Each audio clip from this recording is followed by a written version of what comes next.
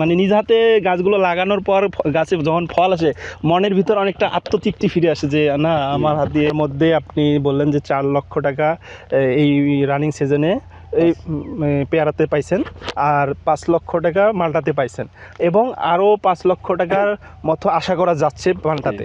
90 টাকা কেজি, মানে তারা 100 টাকা কেজি বিক্রি। আচ্ছা আচ্ছা, তারপর তারা খাওয়ার পর কি বাগানের ফল আছে এতে।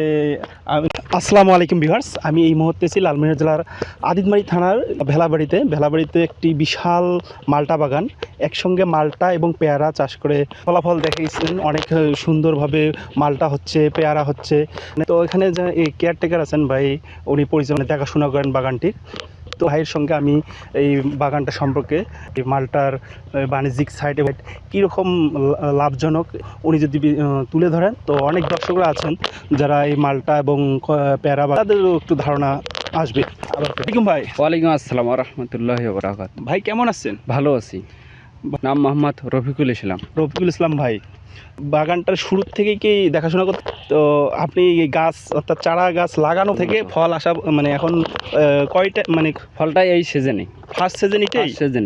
ফার্স্ট সিজনেই। তারপর আমি দেখতেছি একই সঙ্গে পেয়ারাও আছে, পেয়ারার গাছ আর মালটার গাছ, কোনটাই লাভজনক আপনি দেখতেছেন? লাভজনক দুইটাই, বেশিরভাগ মালটার ফলনটা ভালো ভালো, পেয়ারা থেকে মালটার ফলনটা ভালো, অনেক ভালো আসতেছে। আচ্ছা ভাই, এই বাগানটা কত জমির উপর আছে? 450 শতক জমি, 17 দন জমি। 17 দন। আচ্ছা, সেল করছেন কি পরিমাণ মালটা এ পর্যন্ত সেল করছেন? 65 টাকা কেজি সেল করতেছি, প্রথম থেকে লাস্ট পর্যন্ত 65 টাকায় বেচাচ্ছি। এখন বেচাচ্ছি, অর্ধেক মালটা আছে, অর্ধেক বেচাচ্ছি 5 লাখ টাকা। 5 লাখ টাকার মতো সেল হয়ে গেছে। শুরু থেকে খরচটা যদি একটু বলেন, আপনি যেহেতু যদি জানা থাকে আপনার যে কীরকম একটা করে গাছ টাকা খরচ পড়ছে এই তিন বছরে 1 মাসের বয়স। 1200 টাকা খরচ পড়ছে। 1200 টাকা খরচ পড়ছে। কতগুলো গাছ আছে বাগানে? 2100 পেয়ারা আছে। 2100 গাছ। আমি তার মধ্যে দেখতেছি যে পেয়ারার গাছগুলোকে, তো এই গাছগুলো যদি আরেকটু ডিস্টেন্স অর্থাৎ দূরত্ব করে লাগাইতো অনেকটাই দুইটা ফল পাইতো আর কি। আপনি কি মনে করেন? দূরত্ব করে লাগাইতো। এখন পেয়ারা গাছ তুলে ফেলা।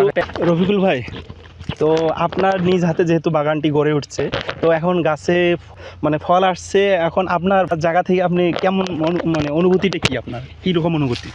মোটামুটি ভালো লাগে, যেহেতু গাছে ফল মানে নিজ হাতে গাছগুলো লাগানোর পর গাছে যখন ফল আসে মনের ভিতর অনেকটা আত্মতৃপ্তি ফিরে আসে যে না আমার হাত দিয়ে একটা বাগান হয়েছে, বাগানের ফল আসছে, এতে নিজেও উপকৃত হচ্ছেন, বাগান মালিকও উপকৃত হচ্ছে, মানসম্মত ফল উৎপাদন হচ্ছে। তো ভাই, মানে মালটাও চাষ করছে, মালটা পেয়ারা একসঙ্গে চাষ করছেন, তার মধ্যে আপনি বললেন যে 4 লক্ষ টাকা এই রানিং সিজনে এই পেয়ারাতে পাইছেন আর 5 লক্ষ টাকা মালটাতে পাইছেন এবং আরও 5 লক্ষ টাকার মতো আশা করা যাচ্ছে মালটাতে। তো আগামীতে যত দিন যাবে অথই গাছের পরিধি যখন বাড়বে, তো ফল আরোই বাড়বে, যত গাছ বাড়বে ফলও বাড়বে। তো আপনি বললেন এক একটা শুরু থেকে এক একটা গাছে 1200 টাকার মতো ব্যয় হচ্ছে। মানে আমি যদি এই 1200 টাকা বাদ দিয়ে এখন সাপোজ আগামী বছর ফুল থেকে শুরু করে স্প্রে কস্টিংটা কীরকম হবে, মনে করেন এই 1200 টাকা বাদ দিলাম, আগামীতে ফুল আসলো, এখানে স্প্রে পরিচর্যার বিষয় আছে, অর্থাৎ আপনি বাগানগুলো যে গাছের গোড়গুলো কি সার দিতে হয় এক্সট্রাভাবে? সার দিতে হয় গোড়ার মধ্যে মানে হ্যাঁ, গোড়ার মধ্যে সার দেওয়া হয়। গোড়ার কত ফিট বাদ দিয়ে? 1.5 ফিট বাদ দিয়ে চতুর সাইডে খুঁড়ে কি সার দেন আপনারা? DIB, potash, zip. আর স্প্রেটা কি কয় টাইম স্প্রে দেওয়া লাগে? 15 দিন পর স্প্রে দিই। 15 দিন পর স্প্রে দিই। সানমেট্রিন দেই। আর এই যে ভিটামিন দেই, কম্পিয়ান। এটা মানে কত টাইম বললেন যে স্প্রেটা? 4-5 টাইম। হ্যাঁ। এখানে আপনারা তো বাগান যেহেতু নিজ হাতে গড়ছেন, ফলগুলো খেয়ে কীরকম অনুভূতি আপনার? কিন্তু মোটামুটি খুব ভালো, অনেক ভালো। চাইনিজ কমলা যেটা বাজারে বেড়ায় হলুদ মালটা, ওইটাই একই সেম, একই মিষ্টি।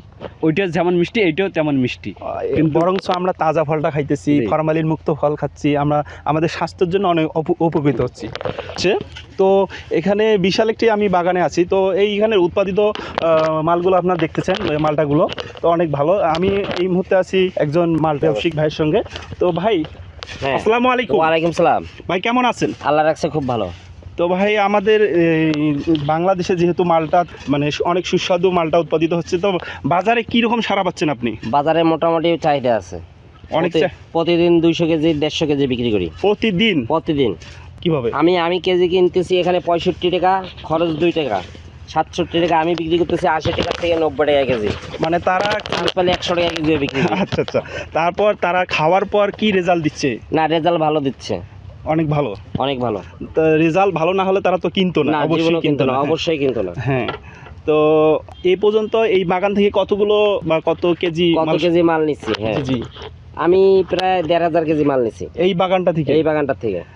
আচ্ছা আচ্ছা, অনেকগুলো মাল নিচ্ছেন প্রায়। আমি শুধু 1500 কেজি নিচ্ছি, এরকম আরো 10 ভাই আছে।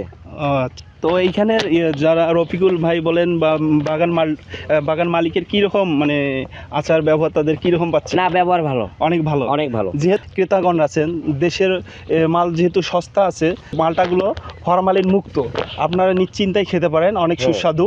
আর আপনার কোনো পার্সোনাল বক্তব্য আছে নাকি দর্শকের উদ্দেশ্যে?